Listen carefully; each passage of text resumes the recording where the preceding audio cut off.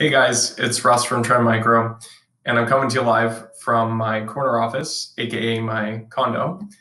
And I'm super excited to announce that I'm going to be launching a weekly video series called Micro Minute to discuss different topics in the security industry, ranging from the hottest technology to the latest updates on threats, information around breaches in the news, and just some quick tips that I think you might find helpful. So for my first video, I'm going to talk about EDR, what that is and why it's important.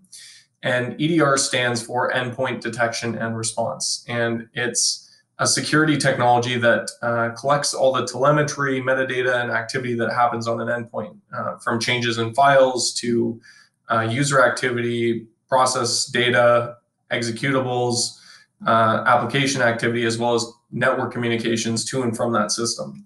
And it records all that data, whether it's good or bad, kind of like a flight recorder, and allows you to look at what happened retrospectively to go back in time, usually up to 30 days.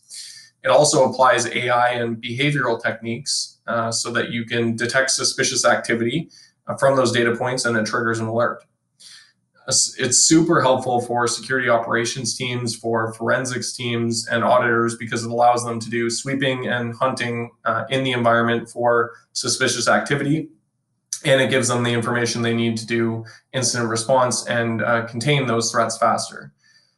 You can sweep for things like URLs, file hashes, PowerShells, and the list goes on. So some things to think about and consider when you're looking for an EDR vendor and tool are first, automation capability. The whole point of the tool is that it's designed to streamline the operations of the security team and improve the workflow and efficiency by reducing some manual tasks with the incident response. Second is prevention first approach. This can help eliminate some of the noise that you'd find in traditional EDR tools.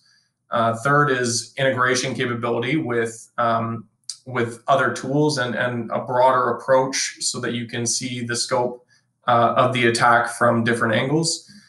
Fourth is really important, mapping those alerts and detections to the MITRE attack framework. And this is super helpful in helping security teams really understand the risk profile of the threat to the business and understand the tools and tactics that the attacker might be using. And then finally, you want somebody who has great marks and industry validation from Gartner and Forrester and other industry analysts as well.